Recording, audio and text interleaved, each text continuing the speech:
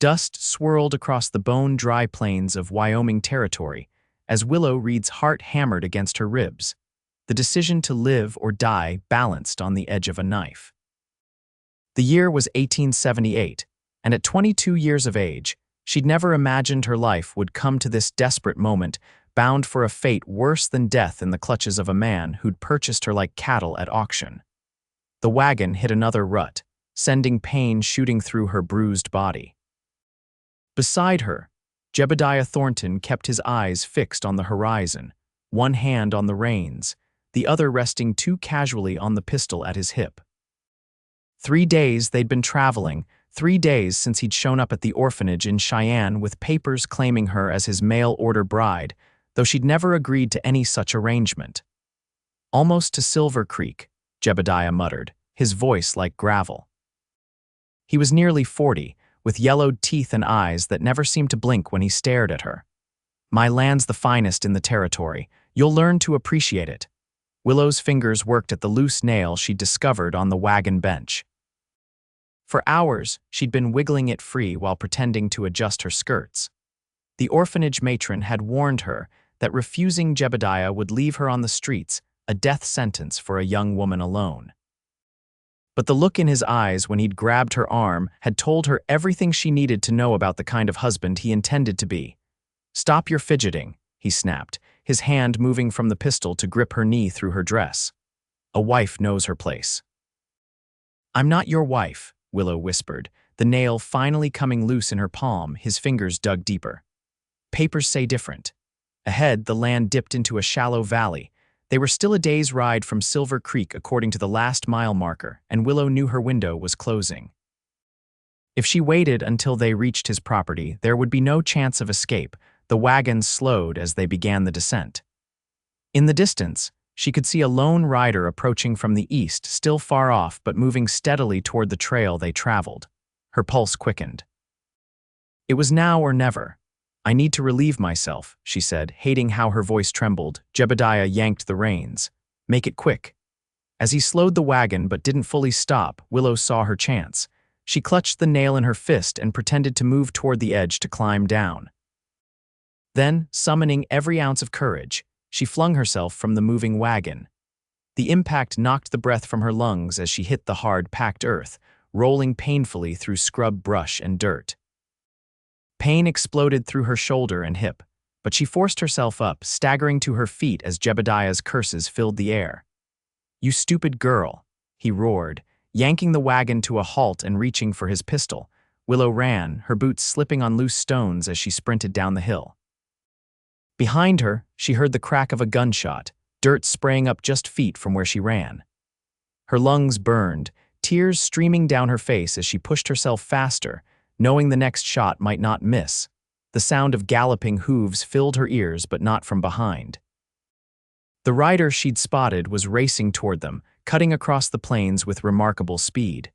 Through blurred vision, she saw a man on horseback clearing the rise, his dark hat pulled low, determination evident even at a distance. "Help." She screamed, waving frantically though the motion sent fresh pain through her shoulder. "Please." Another gunshot echoed across the valley. Willow stumbled, nearly falling, but kept moving. Behind her, she heard Jebediah climbing down from the wagon, his boots hitting the ground with a thud. The horseman was closing in rapidly now, and Willow could see he was tall and broad-shouldered, his duster billowing behind him as he urged his chestnut stallion faster. He was heading straight for her, and for one terrible moment, she feared he might be Jebediah's ally. Then she heard him call out, "Run to me." Hope surged through her veins. She changed direction, angling toward the approaching rider. Jebediah fired again, the bullet whistling past her ear. The rider was upon her now, extending his arm down without slowing his horse. Willow reached up, grasping his forearm with both hands as he swung her up behind him in one powerful motion. She clung to his waist, her face pressed against the rough material of his coat as the horse thundered onward. Instead of continuing past, the rider wheeled his mount around, facing Jebediah, who stood red-faced, pistol raised. "That's my property you're interfering with, mister," Jebediah shouted, spittle flying from his lips. "That woman belongs to me by law." The rider's voice was calm but carried an edge sharp as steel. No woman is property in this territory or any other. His hand hovered near his own holster, but he didn't draw. Lower your weapon. Willow peered around the rider's shoulder, trembling. She could see Jebediah's face contorting with rage, his knuckles white around the pistol. Name's Wade Jackson, the rider announced. I'm with the marshal's office in Silver Creek. You want to tell me why you're shooting at an unarmed woman? Jebediah's eyes narrowed.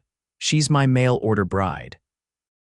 Got papers to prove it. She's trying to renege on our agreement. Wade didn't flinch. That true, miss, Willow found her voice, though it quavered. I never agreed to anything. The orphanage matron arranged it without my consent. He paid her. Wade's jaw tightened visibly. That's not a legal arrangement, mister. That's trafficking.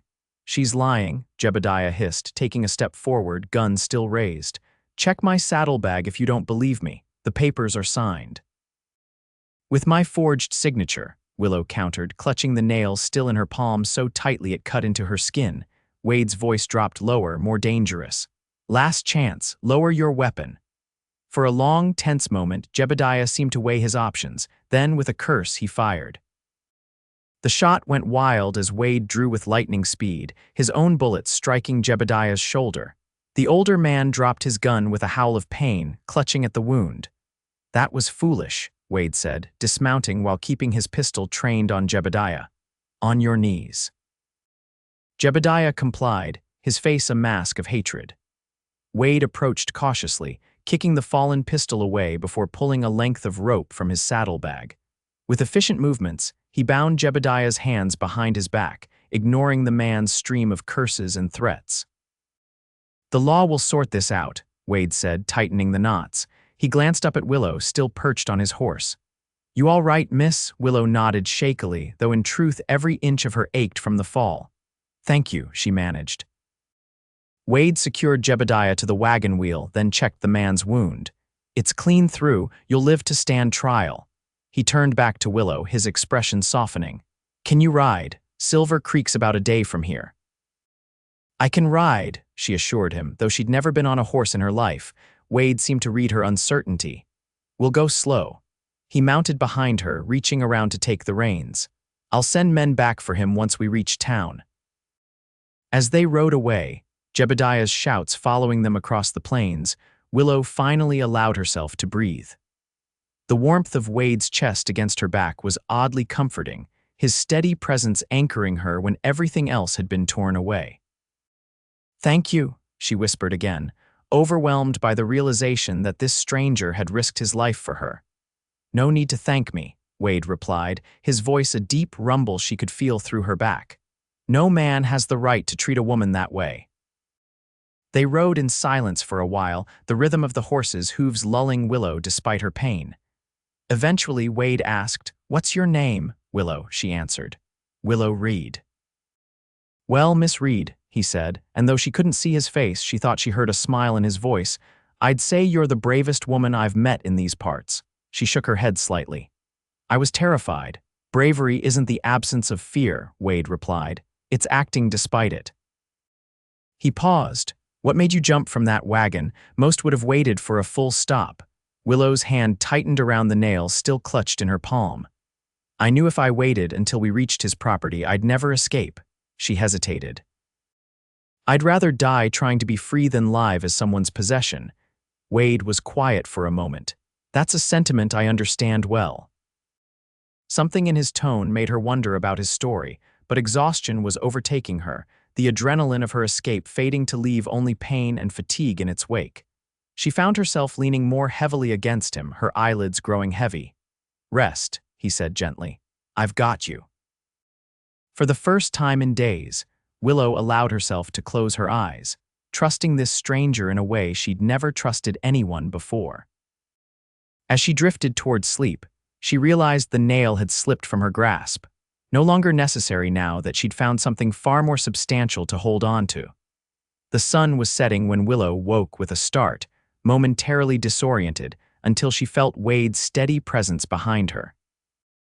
They'd stopped beside a small stream, the horse drinking gratefully while Wade kept one arm securely around her waist. You were starting to slip, he explained, helping her down from the saddle. Thought we could rest here for a spell. You must be hungry. Her muscles screamed in protest as her feet touched the ground, and she would have fallen if not for Wade's quick reflexes. He caught her easily, concern etched across his features as he looked down at her. In the fading light, she could finally see him clearly, strong jaw shadowed with stubble, eyes the color of a summer storm, and a small scar that cut through his right eyebrow. "Thank you," she said, embarrassed by her weakness. Wade nodded, guiding her to a fallen log near the stream. "Stay put. I'll get us some food." Willow watched as he efficiently set up a small camp, building a fire with practiced ease before retrieving jerky and hardtack from his saddlebags. The simple meal was the finest feast to her starving body, and she ate gratefully while Wade tended his horse. "What will happen when we reach Silver Creek?" she asked when he finally sat across from her, the fire between them casting dancing shadows across his face. "You'll need to give a statement to the marshal," Wade explained. "Then we can send a telegram to the orphanage in Cheyenne to confirm your story." He paused. "Though I believe you already." Willow pulled her shawl tighter around her shoulders, suddenly cold despite the fire, and after that, Wade considered her for a moment. "You have any family?" "Anyone who can take you in," she shook her head. "I was left at the orphanage as a baby, never knew my parents. Friends, anyone in Cheyenne who might help." Again, she shook her head. "The matron made sure we didn't form attachments, said it made us harder to place." She stared into the flames. "I've been alone my whole life." Wade was quiet for so long that Willow thought he might not respond. When he finally spoke, his voice was softer than before. "Silver Creek's a good town, growing. They need teachers, seamstresses, all manner of skilled folk. I reckon you could find work there if you wanted." Hope flickered in her chest. "I can read and write. I taught the younger children at the orphanage. That's valuable out here," Wade said with an approving nod. "Too many can't even sign their own names." Willow looked up at the stars beginning to appear overhead, countless pinpricks of light in the vast Wyoming sky. For the first time in years, she allowed herself to imagine a future one she chose for herself. "You're not really with the marshal's office, are you?" she asked suddenly, remembering his words to Jebediah. A small smile curved Wade's lips. "Not officially, no, but Marshal Donnelly and I go back a ways. I help out when needed." "You lied to him," Wade shrugged. "Sometimes a lie serves justice better than the truth." "He was more likely to back down thinking I had the law behind me." "And what do you do, Mr. Jackson, when you're not rescuing women from moving wagons?" His smile widened. "I ranch. Got a small spread about 10 miles outside Silver Creek, raise horses mostly." "You live alone?" "Just me and the horses," he confirmed, "and a dog that thinks he's a horse." His expression grew more serious. "Miss Reed, I want to apologize for the way you've been treated. No woman should endure what you have." Willow was touched by his sincerity. "You've nothing to apologize for." "You saved me," Wade nodded toward her hands. "Those bruises tell me Thornton's rough handling started before today." She instinctively covered the purple marks circling her wrists. "He has a temper." "Men like that always do," Wade said, his jaw tightening. "You should try to get some sleep." "We'll reach Silver Creek by midday tomorrow." Willow glanced around uncertainly. Wade noticed her hesitation and stood, removing his duster and placing it on the ground near the fire. "Take my bedroll," he said, pointing to a rolled blanket attached to his saddle. "I'll keep watch." "You need rest too," she protested. "I'm used to long nights," he assured her. "Been on the trail 3 weeks before heading home." Reluctantly, Willow accepted the bedroll, arranging it near the fire. As she settled in, Wade moved to sit with his back against a nearby tree, his rifle across his lap. "Mr. Jackson," she called softly. He looked over. "Wade, please." "Wade," she amended. "Why did you stop? You could have ridden past and avoided trouble." He was silent for a moment, his eyes reflecting the firelight. "My mother used to say that a man's character is defined by what he does when no one's watching." He adjusted his hat slightly. "I reckon she'd be disappointed if I'd ridden by." Willow nodded, understanding there was more to his story than he was sharing. "Well, I'm glad you were watching today. Get some sleep, Miss Reed. You're safe now." As Willow closed her eyes, she realized she believed him completely. For the first time since she could remember, she felt truly safe. Morning arrived with golden light filtering through the branches overhead. Willow woke to find Wade already up, brewing coffee over a fresh fire. Her body ached from the previous day's ordeal, but her mind felt clearer than it had in weeks. "Morning," Wade greeted, pouring a tin cup of coffee and offering it to her. "How are you feeling?" Willow accepted the cup gratefully. "Sore but better." She took a sip, the bitter liquid warming her from inside. "Have you been up long?" "Couple hours," he replied, nodding toward the horizon. "Wanted to make sure Thornton didn't have any friends trailing us." The reminder of Jebediah sent a chill through her. "Do you think he might?" Wade shook his head. Men like him rarely have true friends, but it pays to be cautious. He offered her more hardtack for breakfast. "We should reach Silver Creek by noon." They broke camp efficiently, Wade packing his few belongings while Willow folded the bedroll. He helped her onto his horse before mounting behind her, and they set off at a steady pace across the rolling plains. As they rode, Wade pointed out landmarks and shared stories of the territory. He had a deep knowledge of the land and its history, speaking of both settlers and native peoples with equal respect. Willow found herself drawn to his quiet confidence and evident intelligence. "How long have you been in Wyoming?" she asked as they crested a hill. 10 years, Wade answered. "Came west after the war with nothing but my horse and the clothes on my back." "You fought in the war between the states," he nodded, his expression growing distant. "Union cavalry. Was just a boy when I enlisted, barely 18. Spent 4 years watching men die for causes they barely understood." Willow heard the pain in his voice. "I'm sorry." "Nothing for you to be sorry about," he replied. "War taught me the value of peace, at least." They rode in comfortable silence for a while, the landscape gradually changing as they approached Silver Creek. Small homesteads began to appear in the distance, wisps of smoke rising from chimneys against the clear blue sky. "There it is," Wade said eventually, pointing to a collection of buildings nestled in a valley ahead. "Silver Creek. Not much to look at compared to Cheyenne, I expect." But to Willow, the small frontier town looked like possibility itself. Perhaps 15 buildings lined a main street, with scattered homes and farms radiating outward. A church steeple rose above the other structures, glinting in the midday sun. "It's beautiful," she breathed, hope rising in her chest. Wade guided his horse down the hill toward town. As they approached, Willow grew increasingly aware of her disheveled appearance. Her dress was torn and dirty from her escape, her hair tangled around her shoulders. "People will stare," she murmured anxiously. Wade's voice was reassuring behind her. "Folks here mind their own business mostly. And those who don't will answer to me." They rode down the main street, attracting curious glances from townspeople going about their business. Wade nodded greetings to several as they passed, eventually stopping outside a building with "Marshal" painted on a wooden sign above the door.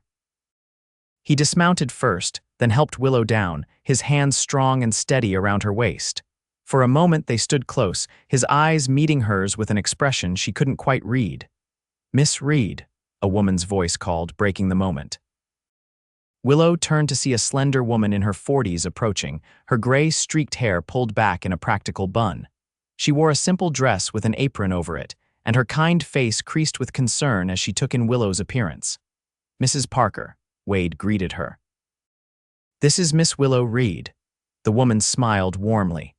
"Wade told me you might be joining us in Silver Creek. I'm Martha Parker. I run the boarding house just down the street." Willow blinked in confusion. "But we only just arrived. How could you know?" "Telegraph," Wade explained. "Sent word this morning when you were washing up at the stream. Asked Mrs. Parker to prepare a room for you. You're welcome to stay as long as you need," Martha added, taking Willow's hand in her own. "And I've set aside some clothes that might fit you." Overwhelmed by their kindness, Willow felt tears welling in her eyes. "I don't know how I can repay you." "Nonsense," Martha said firmly. "We take care of our own in Silver Creek." "Marshal Donnelly will want to speak with you," Wade said, "but it can wait until you've rested and changed." Martha nodded. "I'll take her now, get her settled in." She glanced at Wade with a knowing smile. "You can call on her tomorrow, Mr. Jackson." Wade tipped his hat to both women. "I'll be back in town tomorrow then, after I've seen to my ranch." His eyes met Willow's again. "You'll be safe with Mrs. Parker." Thank you, Willow said, knowing the words were woefully inadequate for all he'd done. He nodded once before mounting his horse. Until tomorrow, Miss Reed. Willow watched him ride away, a curious emptiness forming in his absence. Martha gently took her arm, guiding her toward a two-story clapboard building several doors down. He's a good man, Martha commented as they walked. Best in the territory, if you ask me. He saved my life, Willow replied simply. Martha's eyes twinkled. That sounds like a story I'd like to hear. But first, let's get you bathed and into fresh clothes. The boarding house was clean and modestly furnished, with a small parlor and dining room on the ground floor. Martha led Willow to a room on the second floor, small but comfortable, with a real bed, washstand, and window overlooking the street. It's not much, Martha apologized, but it's yours for as long as you need it. To Willow, who had never had a space to call her own, the room was nothing short of miraculous. It's perfect, she whispered, running her fingers over the patchwork quilt on the bed. Martha smiled. I'll have water brought up for a bath and then you should rest. We can talk about everything else tomorrow. Left alone, Willow moved to the window, looking down at the town that might become her home. She found herself searching the street, hoping for another glimpse of Wade, but he was already gone back to his ranch and his life. A life that had intersected with hers for the briefest of moments, yet had changed everything. The next morning, Willow awoke feeling renewed. A night in a real bed, clean clothes provided by Martha, and the knowledge that Jebediah was likely in custody had restored her spirits considerably.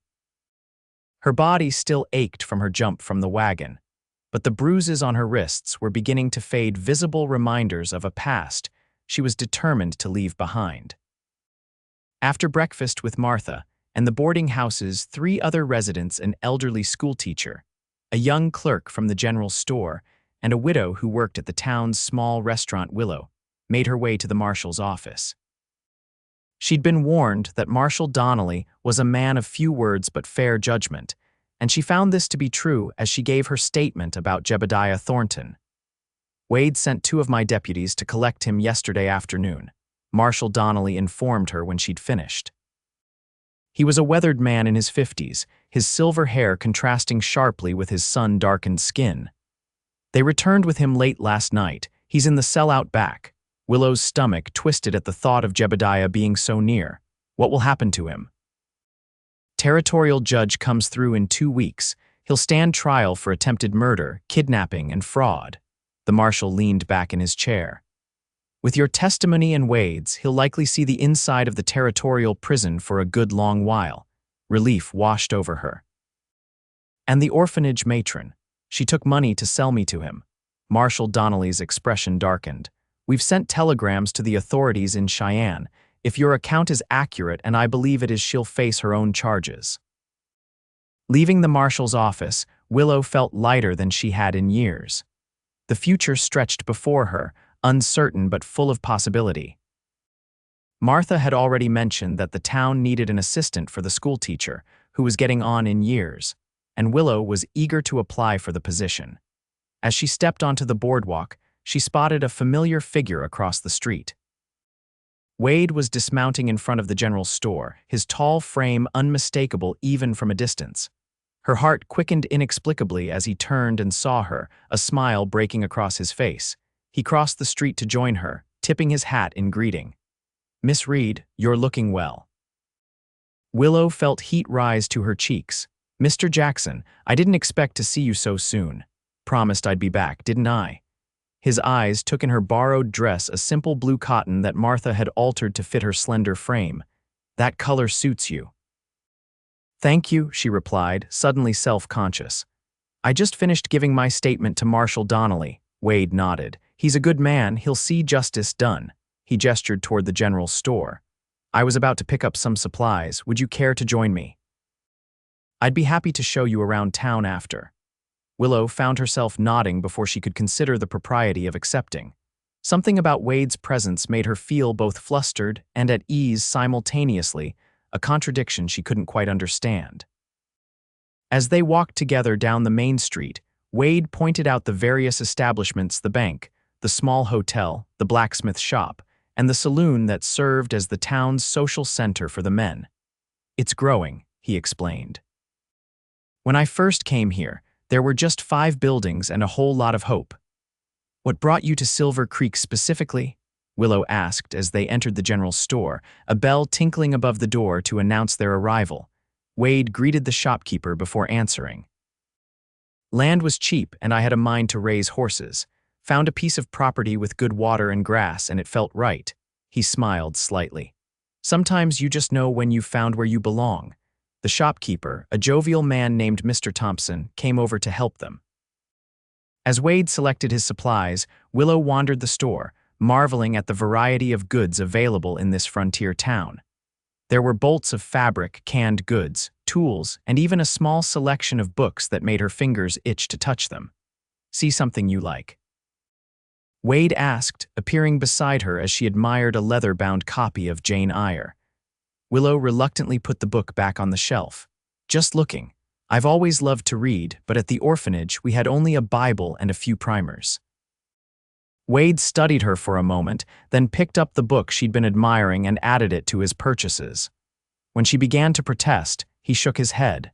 Consider it a welcome gift to Silver Creek. Outside, with his supplies loaded in saddlebags and the book carefully wrapped in brown paper, Wade suggested they visit the small cafe for lunch. As they sat across from each other in the modest establishment, Willow found herself opening up about her life in the orphanage, the strict routines, the lessons she'd taught the younger children, and her dreams of someday having a classroom of her own. Martha mentioned the school might need help, she said, pushing the remains of her stew around her bowl. The teacher, Mr. Finch, is getting older and needs an assistant, Wade nodded. He taught me to read when I first came to Silver Creek. Good man, but his eyesight's failing. He smiled.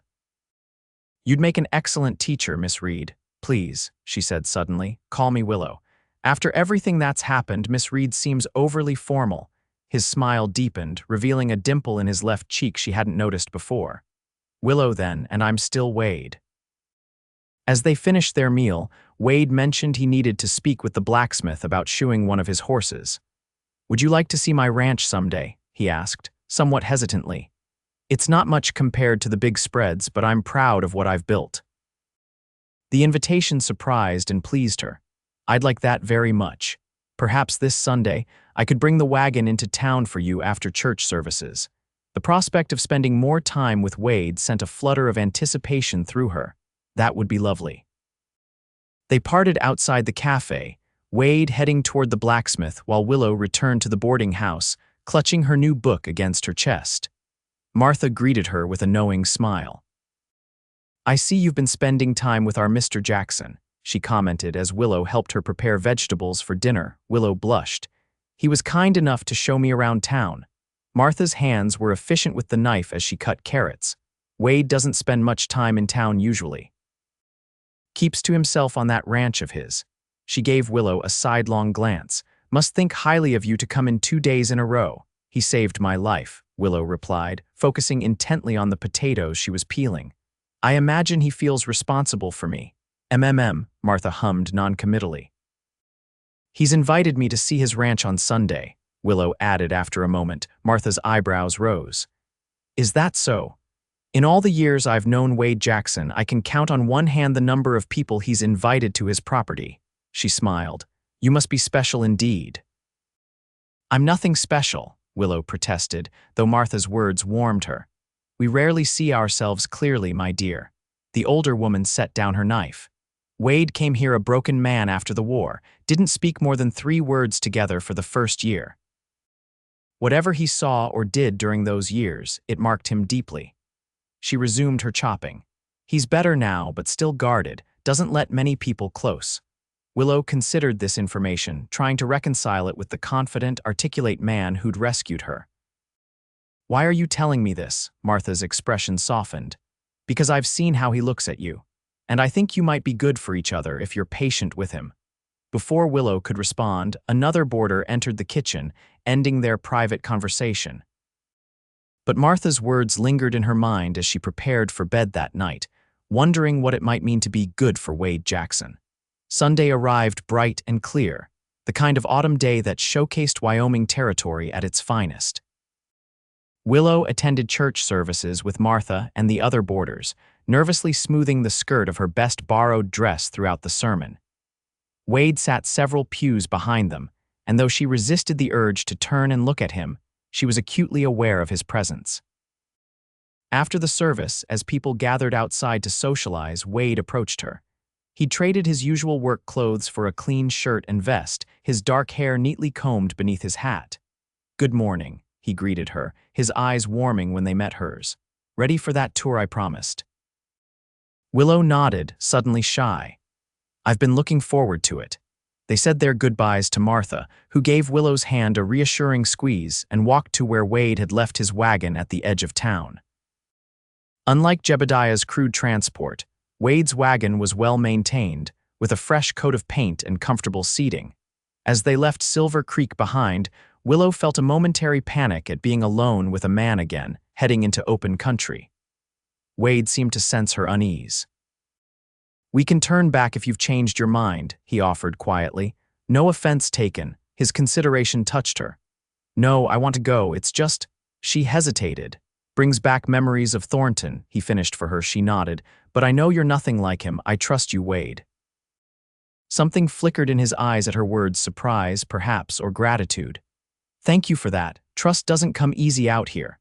The ride to Wade's ranch took just over an hour, during which they talked easily about the landscape, the weather, and the history of the region. Wade pointed out various landmarks, including the distant mountains where he sometimes hunted in winter. "There it is," he said finally, as they crested a rise overlooking a small valley. "Welcome to Clearwater Ranch." Below them lay a picturesque homestead. A solidly built log house with a covered porch, a large barn and corral where several horses grazed, and a creek winding through the property that explained the ranch's name. Fields of hay stretched to the west, golden in the autumn sun. "It's beautiful," Willow breathed, genuinely impressed by the order and care evident in every aspect of the property. Wade's expression was one of quiet pride. "Took 8 years to get it this way. Started with just the cabin and 2 horses." As they drove down to the house, a large black and white dog came bounding toward them, barking enthusiastically. "That's Ranger," Wade said with a chuckle. "Best cattle dog in the territory, though we don't run many cattle here." The dog circled the wagon as they approached, his tail wagging furiously. When Wade helped Willow down from the wagon, Ranger immediately came to investigate her, sniffing her skirts before looking up with intelligent eyes. "He approves," Wade observed as the dog leaned against Willow's leg. "He's a good judge of character." Willow bent to scratch behind Ranger's ears, laughing when the dog closed his eyes in bliss. "I've always wanted a dog. The orphanage wouldn't allow pets." "Well, Ranger's taken a shine to you. You're welcome to visit him anytime." Wade gestured toward the house. "Would you like to see inside?" The cabin was larger than it appeared from a distance, with a main room that served as both kitchen and living area, and 2 doors leading to what Willow presumed were bedrooms. Everything was neat and functional, if sparse, with a large stone fireplace dominating one wall. Books lined a shelf beside it, more books than Willow had expected to see in a bachelor's home. "You read a lot," she observed, running her fingers along the spines. Wade nodded. "Winter nights are long here. Books keep me company." He moved to the kitchen area. "Are you hungry? I'm not much of a cook, but I can manage bacon and eggs." "I'd be happy to help," Willow offered, already rolling up her sleeves. Together, they prepared a simple meal, moving around each other in the small kitchen with surprising ease, as if they'd done it countless times before. Wade showed her where everything was kept, and Willow found herself imagining what it would be like to cook in this kitchen every day, to make it her own. The thought startled her with its clarity and immediacy. They ate at a rough-hewn table by the window, sunlight streaming across the wooden surface as they shared the meal and conversation. Wade told her about his horses, how he bred and trained them for both work and riding, selling them to ranchers and the occasional army contract. "Would you like to see them after we eat?" he asked. "I have a new foal born just last week." Willow nodded eagerly. "I'd love to. I've never been around horses much except for traveling." After clearing away the dishes, Wade insisting on helping despite her protests, They walked to the corral where half a dozen horses grazed. Wade explained each animal's lineage and temperament with evident passion, his knowledge and care for the animals clear in every word. In the barn, a chestnut mare stood protectively over a wobbly-legged foal, its coat a rich bay with a white blaze down its face. "She's beautiful," Willow whispered, careful not to startle the animals. "Her name's Penny," Wade said, his voice softening as he approached the mare with practiced ease. "And this little fellow doesn't have a name yet." He gently stroked the mare's neck, murmuring to her before beckoning Willow closer. "She's gentle. You can touch her if you'd like." Hesitantly, Willow reached out, her fingers brushing the horse's warm coat. The mare turned to look at her with liquid brown eyes but made no move to pull away. "She likes you," Wade observed, a smile playing at his lips. "Most horses are good judges of character too." Willow found herself returning his smile. "You put a lot of stock in animals' opinions." "They don't lie," he replied simply. "No ulterior motives, no deception, just honest reaction." He turned his attention to the foal, which had begun to nurse. "Would you like to name him?" The offer surprised her. "Really? But he's yours," Wade shrugged. "I'm running out of good names, been at this a while." Willow studied the foal thoughtfully. "What about Valor? He looks brave." "Valor," Wade repeated, nodding approvingly. "It suits him." They spent the afternoon exploring the rest of the ranch. Wade showing her the spring that fed the creek, the meadow where he cut hay for winter feed, and the small apple orchard he'd planted 3 years earlier, now beginning to bear fruit. As the day waned, they sat on the porch watching the sun sink toward the western mountains, cups of coffee warming their hands against the evening chill. Ranger lay at Willow's feet, having appointed himself her guardian for the day. "Thank you for today," she said, breaking a comfortable silence. "It's been wonderful," Wade nodded, his profile strong against the sunset. "It's been good having you here."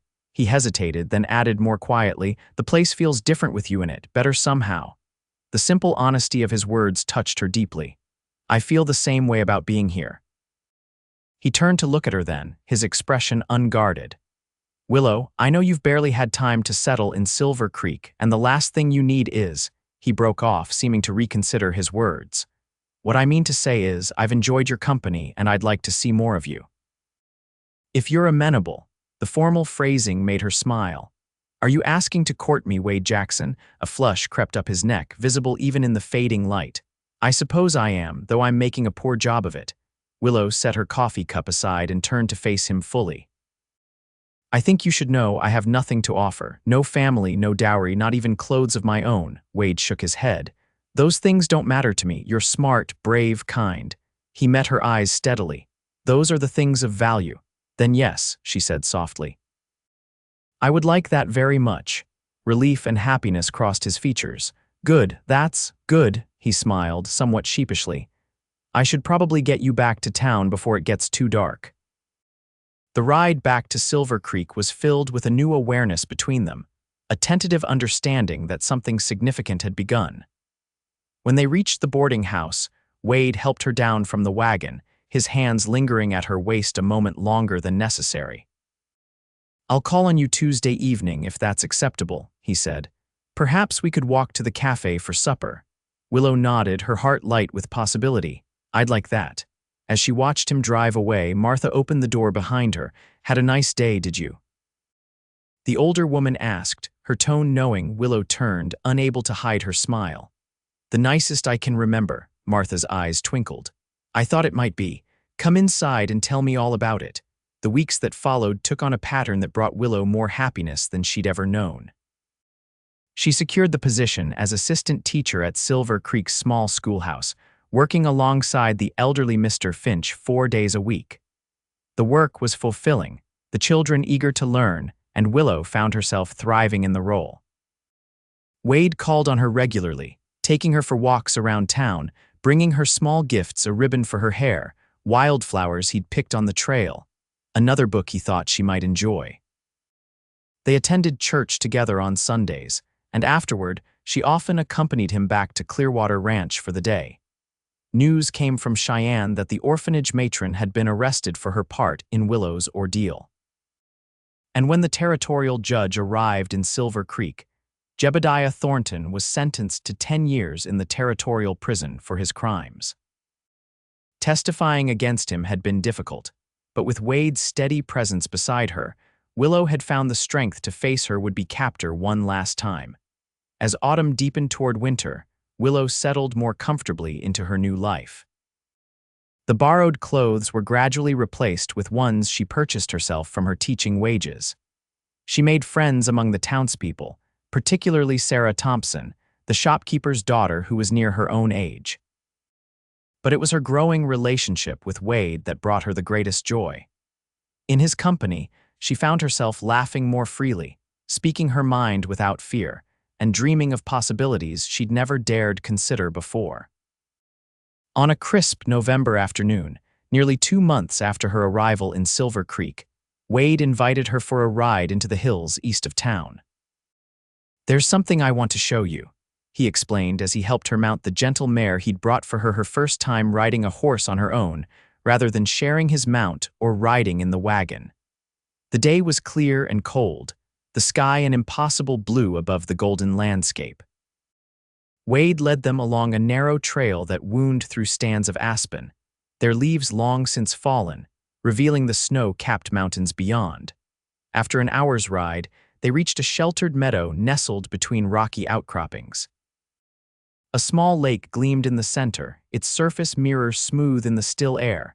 "It's breathtaking," Willow said as Wade helped her dismount.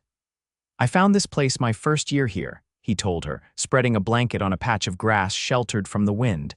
"Never showed it to anyone else." They sat together, sharing the lunch Martha had packed for them: bread, cheese, and slices of apple pie in a waxed cloth. As they ate, Wade seemed unusually quiet, almost nervous. "Is everything all right?" Willow finally asked. Wade set aside his food and turned to face her, taking both her hands in his. "Willow, there's something I need to tell you about my past." She nodded encouragingly, though his serious tone concerned her. "You can tell me anything." He took a deep breath. "You know I fought in the war. What I haven't told you is that I did things during those years that I'm not proud of, things that haunt me still." His eyes held hers, vulnerable in a way she'd never seen before. "I was a scout for the Union cavalry, good at tracking, good at moving unseen. They sent me ahead to find Confederate positions, supply lines, weaknesses." Willow squeezed his hands, sensing his struggle. "You were a soldier doing your duty," he shook his head. "It wasn't always that simple. There were times when I had to." He paused, his jaw tightening. "Times when I had to kill men who never saw me coming, men just doing their job same as me." His voice dropped lower. "After the war, I couldn't face going home. My father had died, my mother remarried, and I felt changed, damaged somehow." "So you came west," Willow said softly. Wade nodded. "Thought I could outrun the memories, start fresh where nobody knew me or what I'd done." A sad smile crossed his lips. "Found out you can't outrun what's inside you, but you can learn to live with it, make peace with it eventually." "Is that what you've done?" she asked. "Mostly," he admitted. "Building the ranch helped, having purpose, creating something instead of destroying." He looked down at their joined hands. "But there's still a part of me that doesn't feel worthy of happiness, he hesitated, of love." The word hung between them, charged with meaning. Willow's heart pounded in her chest as she recognized the moment for what it was: a crossing point, a decision that would change everything. "Wade," she said, her voice steady despite her racing pulse, "we all have parts of our past we wish were different. Things we've done or that were done to us that leave marks." She reached up to touch his face, her fingers light against his cheek. "But those marks don't define who we are now or who we can become together." His eyes searched hers, hope and uncertainty mingled in their depths. "I love you, Willow. I think I've loved you since the moment you trusted me enough to reach for my hand from that wagon, and I want to build a life with you if you'll have me." Joy surged through her, bright and overwhelming. "I love you too," she whispered. "And yes, I want that more than anything." Relief and happiness transformed his features as he pulled her into his arms, his embrace gentle yet secure. When he kissed her, it was with a tenderness that spoke of reverence, of cherishing, of promises that needed no words to be understood. They returned to Silver Creek as the sun was setting, their future unfolding before them like the golden plains stretching to the horizon, vast and hopeful, and theirs to shape together. The town turned out in force for their wedding the following spring, the small church filled to overflowing with well-wishers. Martha wept openly as Willow walked down the aisle in a dress of ivory satin that Sarah Thompson and the other ladies had worked on secretly for weeks. Mr. Finch gave her away, his roomy eyes bright with pride, while Marshal Donnelly stood as Wade's best man. As they exchanged vows, Willow thought of the desperate young woman who had leapt from a moving wagon, choosing an uncertain fate over certain misery.